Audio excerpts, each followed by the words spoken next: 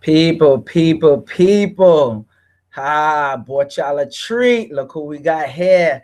Dr. Llaila Afrika. In the house. Right now, if you haven't got your tickets, get your damn tickets. Hurry up and come out here. Now you're watching joelbenjamin528, aka MC Spookism, your boy here. We got Dr. Llaila Afrika right before he's about to go on and give his phenomenal presentation. Soon, if we get the chance, we'll get the wife up in here and get an interview. That might come later. So come to 570 Fulton Street. For those people who don't know, there is a live stream going on right now that we're doing now. All right, but come check out the lecture. Don't stay on the sidelines. All right, Dr. Llaila Afrika, let me jump right into it. That book you wrote, I remember a lot of times you saying the European, how they do us, diagnosis is totally different. Why do you feel that way? What some people will be like, well, who gives him the right and authority to say something like that? That's in itself is questionable, but nonetheless, the Europeans are simply using their body as normal. All their chemistry starts with them. So they use their biochemistry as normal, and anybody that deviates from that is abnormal. And that's the problem. They use their psychology to gauge abnormal and normal. They are the standard for health. So we are not in that standard at all because we're black and they're white. Their biochemistry is different. Their blood nutrient level is different. Their vitamins and minerals in their tissue is lower than a black person. Ours is higher. This melanin causes us to have a higher nutrient density, as we call it in science. So, but some people will say, well, doc, they're the main individuals that's running things right now. So wouldn't they pretty much know what they're talking about? Because I remember checking some stuff out during slavery. They was running experiments on us since slavery, especially with our melanin.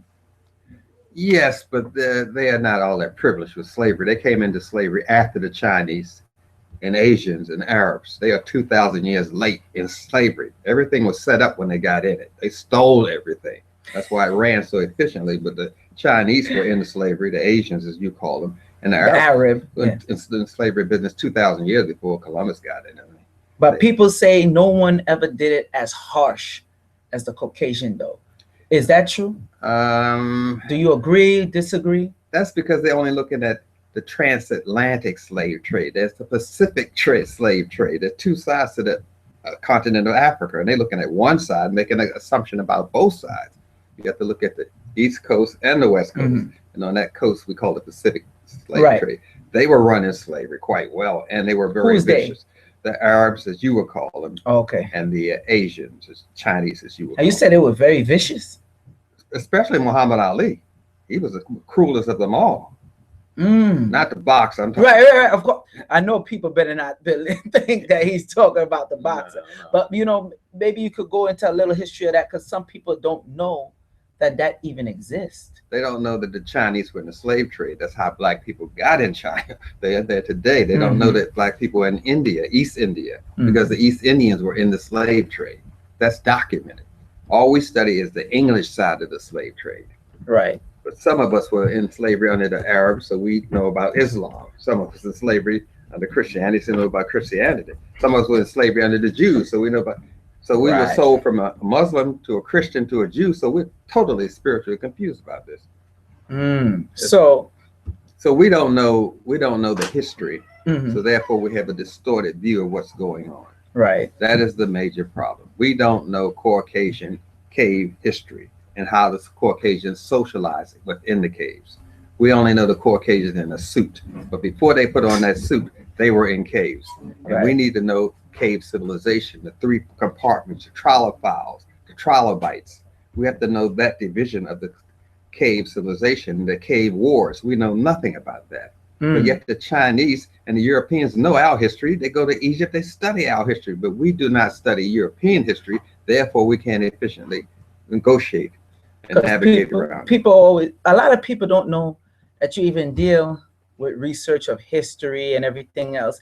They always just, how you say, know you as Dr. Afrika or Llaila, health, cure diseases. They don't know that you actually would travel and do a lot of things. Yeah, they don't. They have this one dimension because they taught from one-dimensional people, the Europeans. You see, I would be more of an academic naturopath. I'm the academic side of it. So if I'm gonna study a herb, I have to study the route of the herb and how the herb was involved in the slave trade, how clothes were involved. You see, how sugarcane was involved. Because slave trade was run by agriculture.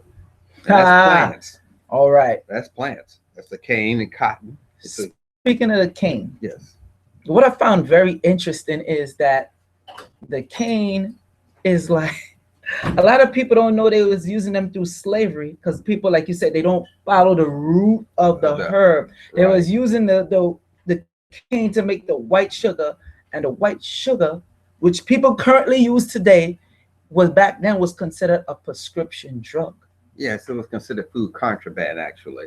And this was it was a drug along with marijuana because Benjamin Franklin and George Washington and Thomas Jefferson had marijuana plantations. So we worked in marijuana plantation, sugarcane plantation, cotton plantations, especially under the East Indians. They ran a lot of sugarcane. The East Indians? Yeah, they had sugarcane plantations. They have islands outside of China, Celebes, where they talk like they're in Jamaica somewhere. What? Just full of black people. China? Yeah.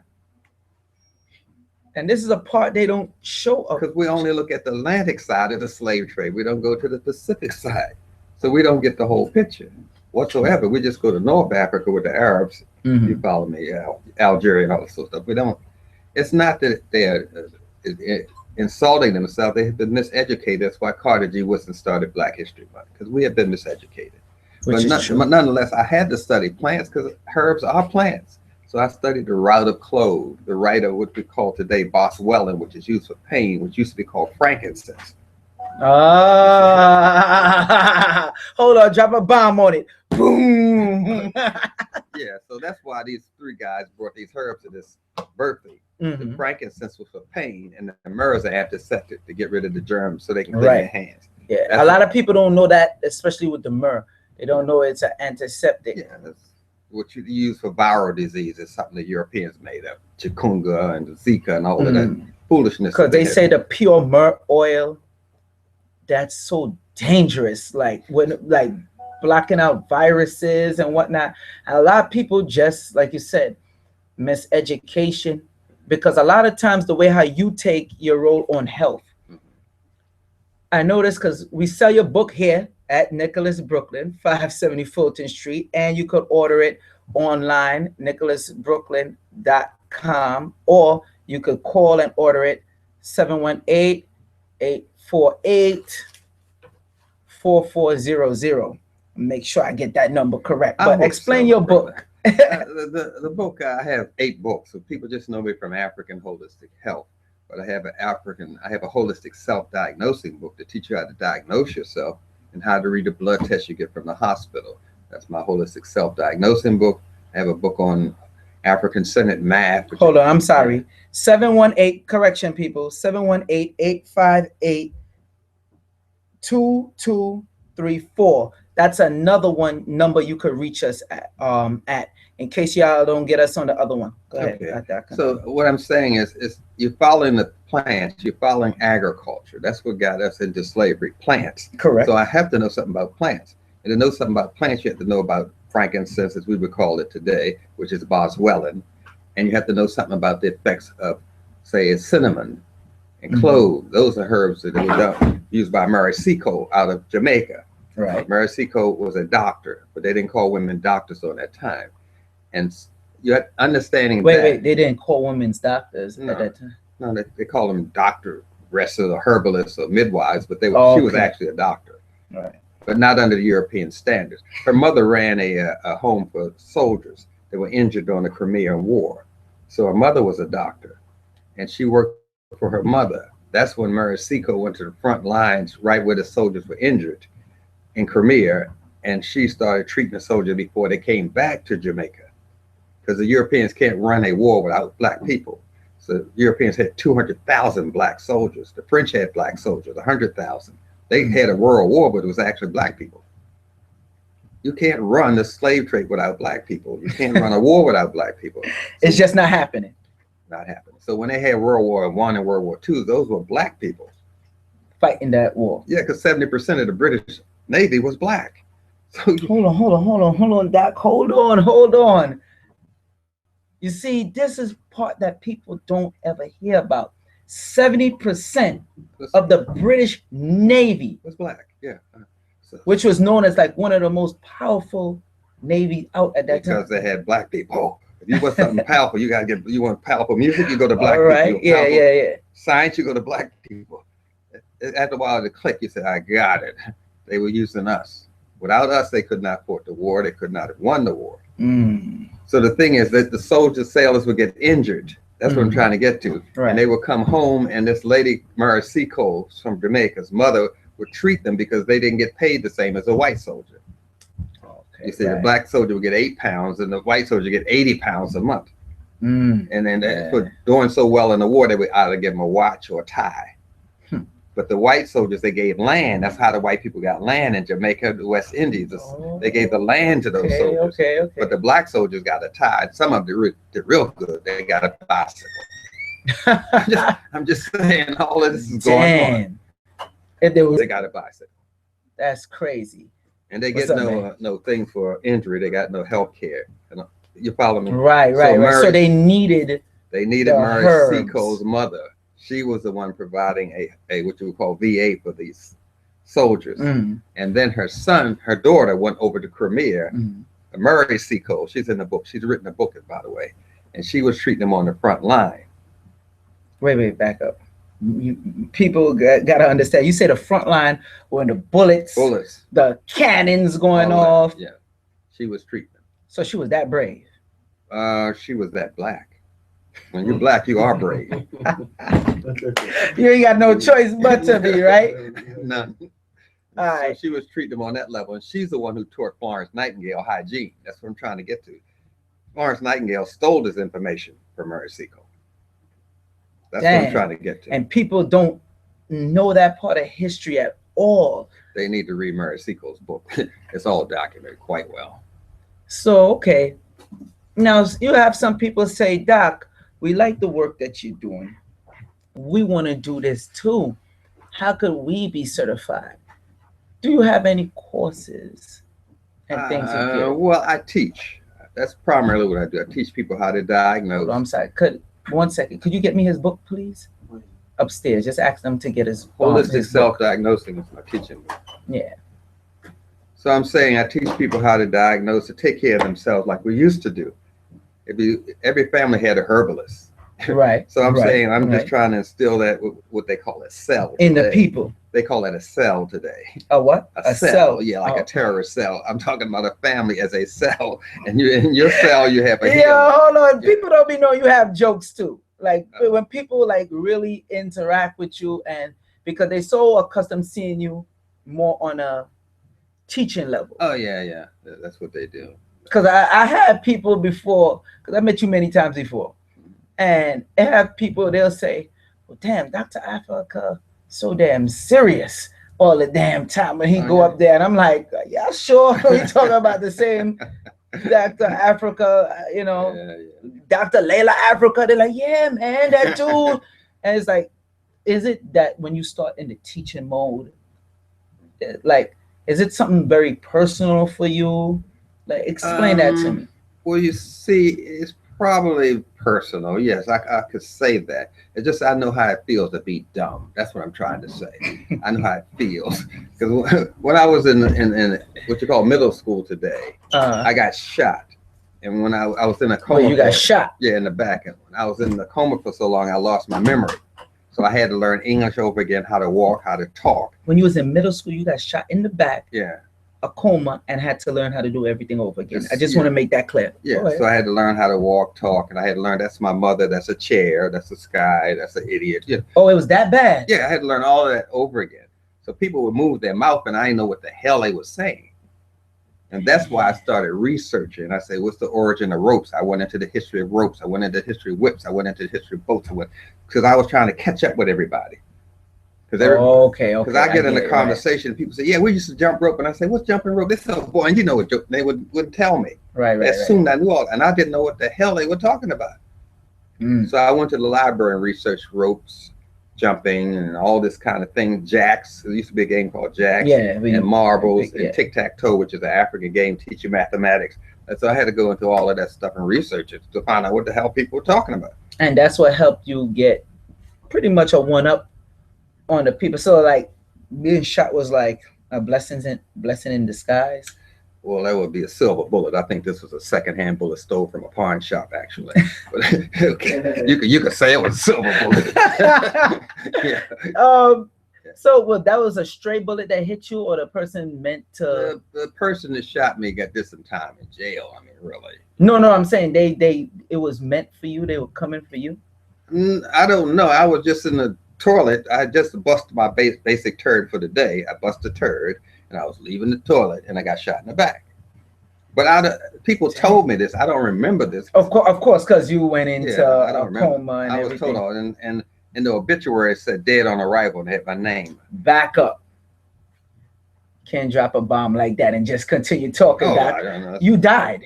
Yeah, they had you officially died. Yeah, and they had a thing on my toe, and my brother and sisters gave me my obituary that was in the newspaper and the thing that they put on your toe. Yeah, the toe tag. Yeah, they gave me all of that.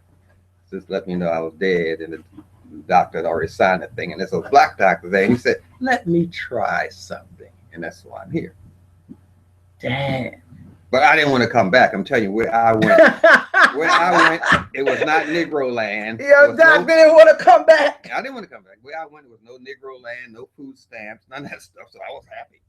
See, people don't get to ever learn this spiritual side of you. Because, they hear you talk about health and, like you said, history. So you do get spiritual as well. Well, I don't use that language because it scares black people. Yeah, they call it spooky. Trust me, so I come in the back door. If you're going to rob a house, don't ring the front bell and say I'm robbing your house. You go in the back door. So when I want to get spiritual, I go in the back door. I go through health. Oh, okay. Right. Which makes perfect sense. Because everybody needs help. I don't care how rich you are, how poor you are, what you own from what you don't own. You need help. So I find that so very interesting because people say, oh, people with certain abilities, and people think it's like, oh, well, Dr. Afrika, llailah have to float and touch the book and turn it into gold, and the pages was gold. You understand? Like, they don't know it's something simple as coming back to life. Well, you can put it that way. You're rather dramatic, my brother. It's what it is. They put you dead on arrival. They write you off dead. Yeah, that's it. Yeah. I'm going by what you said. They write you off dead. That's true. So if it wasn't for that other doctor to come say, you know what, let me try this, because he could have just gone along with the basic program. Yeah. Oh, he's dead. He got the toe tag. Zip him up and keep it moving. Mm-hmm. So I find that something miraculous. I don't find that as something very small. It's my life. Everyone has a life and some drama in there. I don't see that as very exceptional. And then from coming back and learning everything again, which I couldn't even imagine going through something like that and still have a sane mind. But again, like you said, you forgot most of the stuff, so you really had no choice. Yeah, true. So is that what jump started you into dealing with health? Did you say, well, hey, I died. This doctor brought me back to life. I need to start getting up on this type of stuff?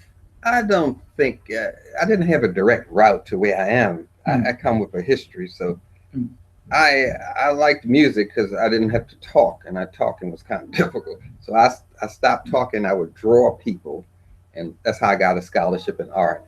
And I didn't know the language and the slangs. People use a lot of slangs. I didn't know all that stuff. So I stopped talking, and I would just go inside and I would draw people and listen to music, and that's how I got into music. And I couldn't afford the record, so I would memorize the score, orchestral score. I go to the library and memorize all the damn score, so I could hear the music because I couldn't afford the records. Wow. So in any case, I thought everybody did this until some guy I knew, he said, look, everybody don't do that. I said, well, I couldn't afford the records. They said it made sense to me. Right. So I just memorized the score, and I can play the score in my ear anytime. I can play 1,000 different records in my ear instantly. That's not a big issue. So people have that stuff in their ear. I don't need that. I just flip it there.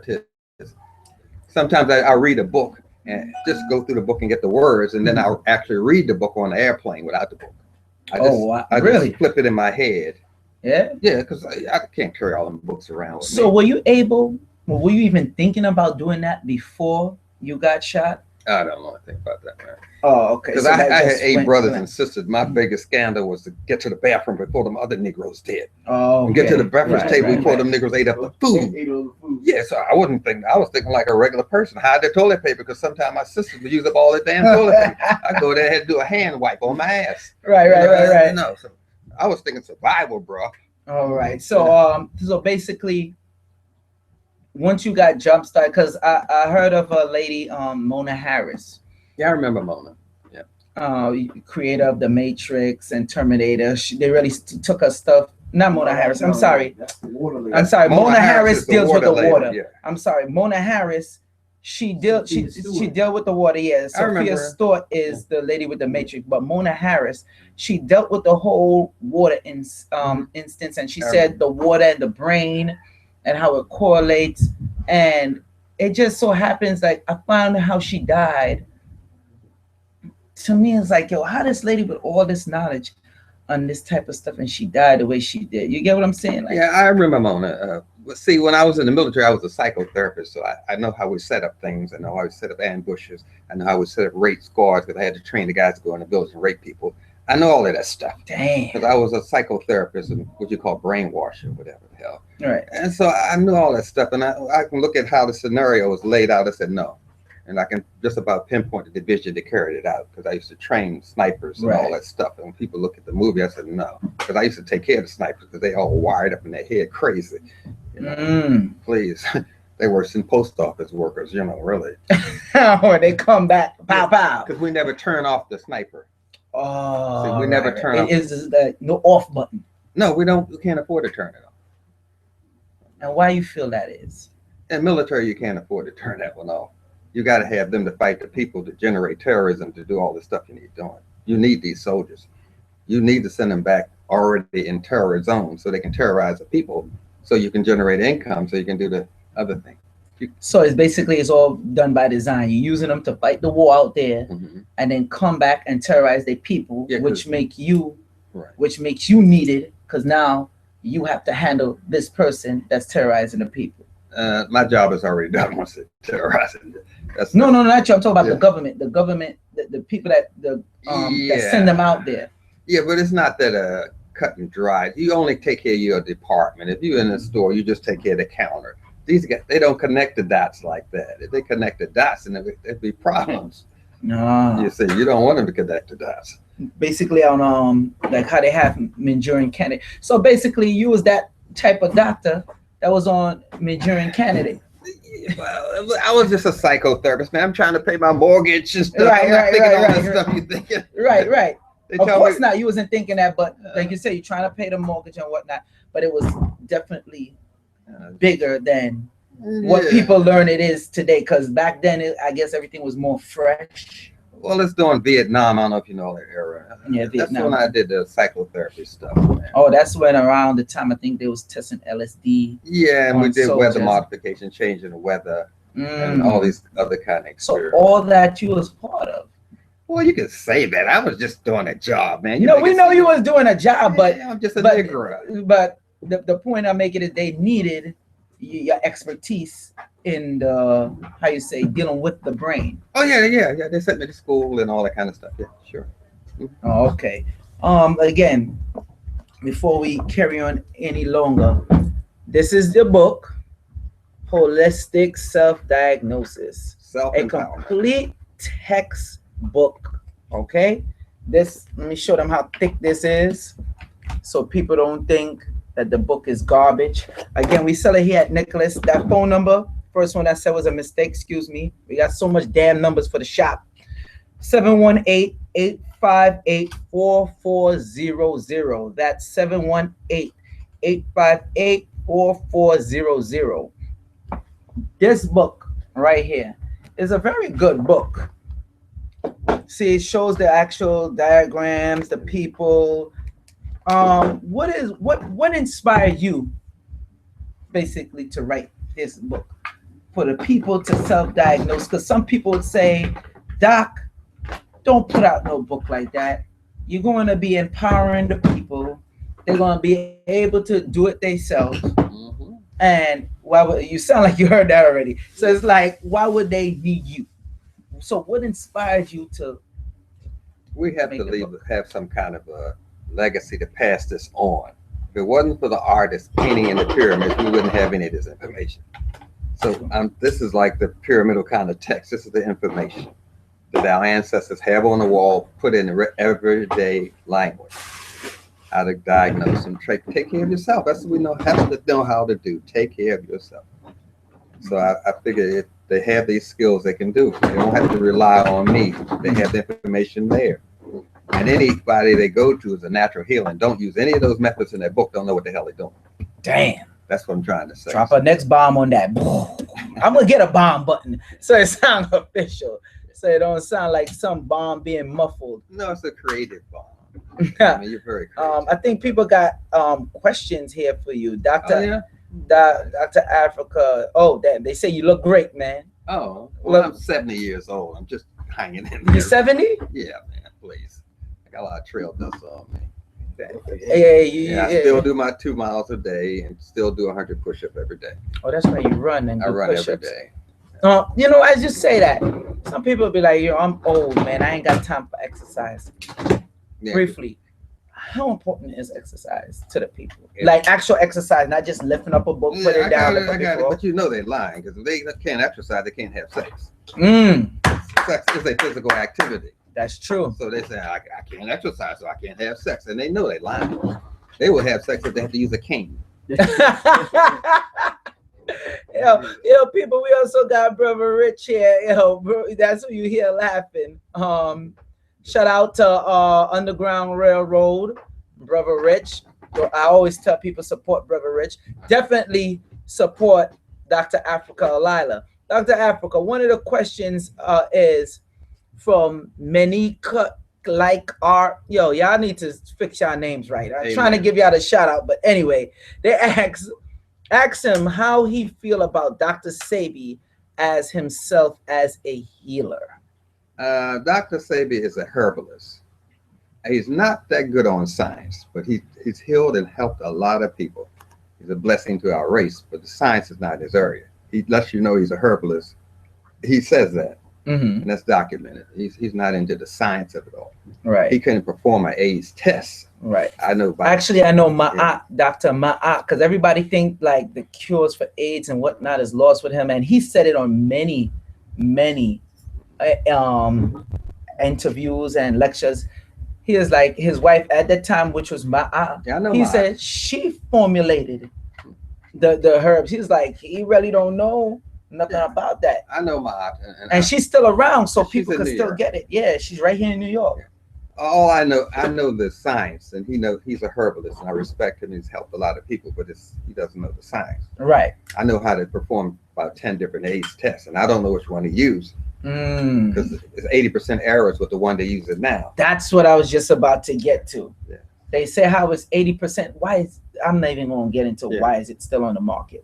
Guy owns a patent on this.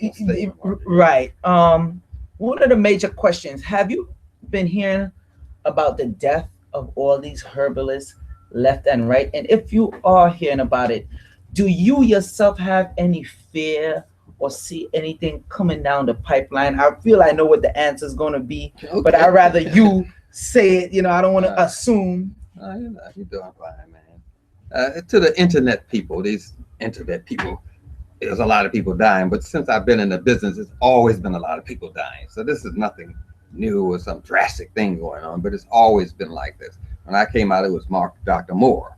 He was a hobo herbalist, went all around the country. That's what he called himself. He went all around the country teaching people. He taught in New York for quite a while. It's always been a lot of people dying. When I started with Chancellor Williams, which they may not know, Amos Wilson, Georgie, all of us started together. Henry Clark, Ben Yakanan. This has always been going on. So, again, do you feel that you might have any reason to watch out, to be careful? Because they're saying is, how is all these herbalists Like I heard something with Dr. Alim Bey before, and I found it very interesting when he did his whole piece on weather modification HARP. He was giving a breakdown with HARP, and it's so funny. He showed the list of all the doctors that died. All right, that came out and exposed the HARP project with the weather modification and whatnot. And it's so interesting. Heart attack, cancer, car accident. And that was the pattern. And this is like over 50 doctors. So we call them whistleblowers. Whistleblowers. Always been whistleblowers. This is nothing new. And they've always killed whistleblowers. This is nothing new. They run them out of the country. Some guy named Snowden, some guy from WikiLeaks. There's always been whistleblowers. And the only whistleblower that's been in prison is the black guy. He was charged with espionage. He's the only one in jail out of all the whistleblowers. They got him. All the other Caucasians got away, but the black guy. He's in jail now. And what he blew the whistle on? He was the same as Snowden, that kind of internal working of the IRS and all that stuff. Okay. And see, to be a threat to an organization, you have to have an organization. So these people are not a threat because they don't have an organization. The only reason why gangs are powerful is because they organize. Which is true. So if you're not organized or have organization, you're no threat. You don't have enough juice to play poker. You can't get in the game. Well, some people say, Doc, you cure diseases. Or maybe you don't want to use the word cure since it's copyright or patent or whatever the word cure. They like to say. You know, but you help people. And some people say, well, you're throwing a monkey wrench in their system. I don't have organization. I'm no threat. Yeah, people, you heard it here first. joelbenjamin528, aka MC Spookism. The man have no organization. I'm no threat. So how could he be a threat? And that basically you save yourself from being infiltrated. Yeah, but they know that. See, and this is going into social science. In social science, maybe 5% of the people are school teachers, maybe 5% of the people are police, maybe 5% of the professional golfers. You follow me? Correct. They are used to that percentage. That goes along with a social organism called a society. You're going to get that percentage, whether you like it or not. So I'm just one of those small percentages. They're not worried about that. Hold on, Brother Rich got a question. Not a question. I just want the people to know how important it is to donate to the elders. Hold on. Dr. Afrika. Hold on. Let's make sure they get it on there. Make sure you'll donate to this brother. Let them see so they don't think this counterfeit, man. Donate to the brother, man. And that's Brother Rich. All right, that's Brother Rich from the Underground Railroad. You always hear me say, donate to Brother Rich, support Brother Rich. All right. Now, Brother Rich is also showing the support. Again, people, y'all seen it and heard it here first. Brother Rich, all right, donate into Dr. Afrika. So people don't know the power of donating. Don't wait till this brother passes away and wear a damn t-shirt with his face on it. Show the brother some love now. Because that's what they do. They wait till they pass away, then they got a damn t-shirt with his face on it. Talking about I love the brother so much. They saying, Brother Rich, you need to show your damn face. Nah, they ain't saying that. I'm just messing with you, Rich. But show the brother love now while he's here. Yeah, wait. Show him the love. Y'all got to. Y'all have to do that. And one of the things is, I find we don't take care of, I don't just want to say our elders, the people that bring us the work. One of the last thing I'm going to ask you, probably ask you a few other things. One person say, ask Dr. Afrika about the power of fasting. All right, because I just recently did the 30-day fasting or whatever have you. What is your take on fasting? Good thing, bad thing? What is your take on it? To me, it's a treatment, and you got to be in a certain health state to do a fast. You just can't do a fast. I got to know where you are in your health, whether it's going to be damaging, whether it's going to be positive to you. People just doing it fast, but you have to know some chemistry to do this thing. I've done all the fasts, the 40 days, the 40 nights, done all those things. I've done the water fasting, you name it, I've done all those things. The fasting with the, what you call wheatgrass enemas. Juices, juice fast. Coffee enemas. I did all that kind of stuff. It's according to where you are. I'm trying to say that if you're doing a fast, it should uplift you to help you uplift your people. If a wino goes on a fast and he's about to outrace, I'm all for it. He can fast with wine. I don't care. If he comes out of his fast and ready with some ass, ready to be a revolutionary, I'm all for it. All right. One of the things with the food that's out there, people say the soy and the different things, they say it's part of the homosexual agenda to make. Now that's Brother Rich. Oh, that's Brother Rich. Yeah. Oh yeah. People say that this is a way to push a homosexual agenda because the food you eat change up the hormone levels. Yeah, estrogen. Yeah, what is your take on that? Anytime you change your mood and state of consciousness, the vitamins, the minerals, and protein ratio changes. When you change, everything about you changes. Your hormone level, vitamin level, mineral level, protein level, everything changes. So that's just a given. So your hormones is very important. Well, you got to know what a hormone is because we're flipping out the terms. So you have a mineral, and then a white boy came along and said, this is not a mineral, it's a vital mineral. The contraction is vitamin. So they changed it up as usual. So it's a mineral, a vital mineral, it's a vitamin. But if this mineral participates in breaking down the food, we call it an enzyme. If this mineral stimulates the action, we call it the hormone, but it's still a mineral. Okay. And that's all we're talking about, the behavior, something in chemistry we call element. Element is calcium, magnesium, potassium. You're talking about the behavior of this mineral. That's all you're talking about. Just the behavior. If you get angry, your tears will be acid. If you get happy, your tears will be alkaline. Whenever you change, your chemistry changes. So they're just looking at one change, the hormone change. And I'm saying that everything changed. Why don't you look at this? Why don't you look at that? So they just focusing on the hormone, basically, but you're saying when it's really an attack on the whole body. The whole right, because the hormones drive the brain. Because people think of hormones as sex. Right. But testosterone drives your frontal lobe, which is morality, reasoning. And progesterone is how you create thoughts from your brainstem. And estrogen helps your brain hold water and moisture and fat. Because when people look at the brain, they're looking at the fat around the nerves. They think they're looking at the brain itself, but that's the fat. That's just the fat around the nerve, like you have the wiring, the rubber around the wiring. Yeah. That's all that is. They have not seen the brain. The brain is about, that they used to think is about half the size of this. That's your cerebrum. Basically, half the size of it. It's about this size. That's it. What's that size now? The cerebrum, which you look at when you see the brain. Okay. That's the fat around this. So all that is around there. Yeah, but this is about that big. That's it. So how important is the pineal gland? The pineal gland is it sets the rhythm. I don't want to say rhythmicity, a circadian rhythm. What it does is set the clocks when to fire off, when to be happy, when to be angry, when to grow hair in your nose, when to become a man, when to become adult. It regulates the clocks. And it regulates when you're going to have the serotonin hormone that makes you serious, or the melatonin hormone that makes you mellow. It's the great master gland, regulates everything with a chemical called melanin. Right. Yeah, so that's all how it communicates. And it's wide open in children, wide open. Oh yeah? Because their skull hasn't closed. That's why when they say don't touch the fontanelle, the fountain of God, yeah. So the when you say an angry or bit your hoe to it, and the child's going right in. So you gotta be careful. You gotta have this harmony and stuff around the child because the pineal gland is wide open. Man. So I found it interesting. I went to the Bodies Museum. I don't know if you went to the Bodies exhibit yet. No, I used to have a cadaver, so I really don't know. Wow. Okay. You straight up.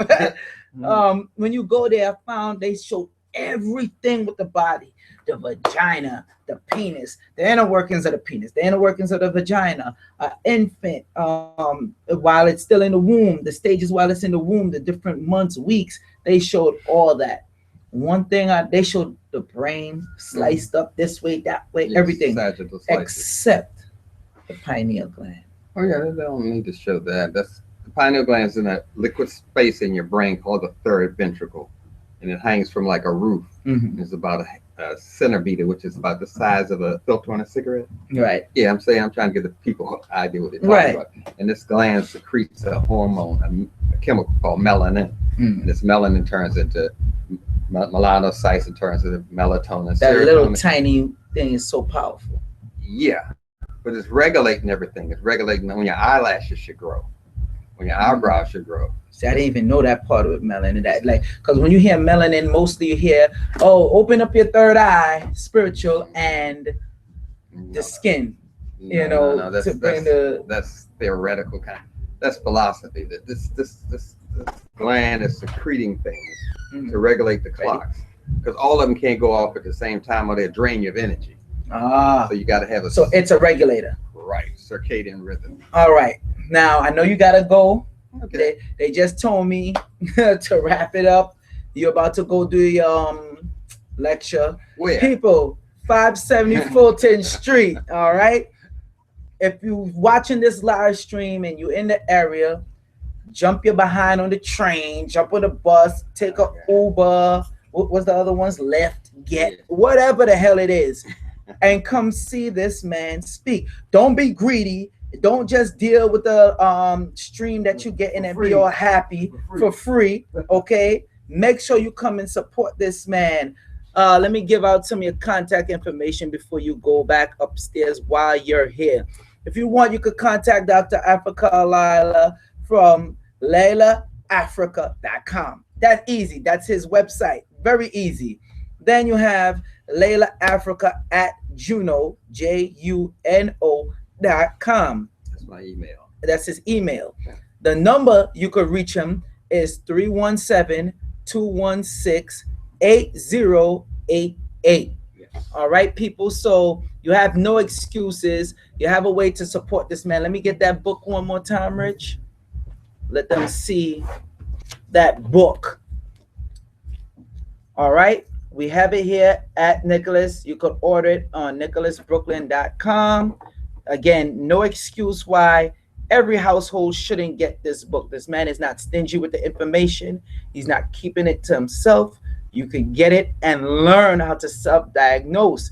He's actually teaching people how to do this. If for some people that's still like semi-stone age, and you know, you got some people that don't want to use the computer because they think the computer watching them and all this other stuff, you could call 718-858-4400 and you could order the book.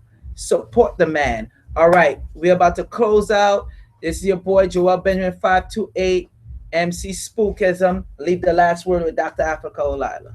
It's about helping our race to uplift itself. Llaila Afrika, excuse me. Yeah, that's all it's about. That's all you're about. We're just trying to uplift our people because we need everybody to be free. That's it. That's about it. People, you heard it first. Joel Benjamin. I didn't even know you had gotten shot, man. I'm still tripping over that, man. Things happen, man. And you see how nonchalant he is about. Oh, some things happen, man. Again. Yo, peace, people.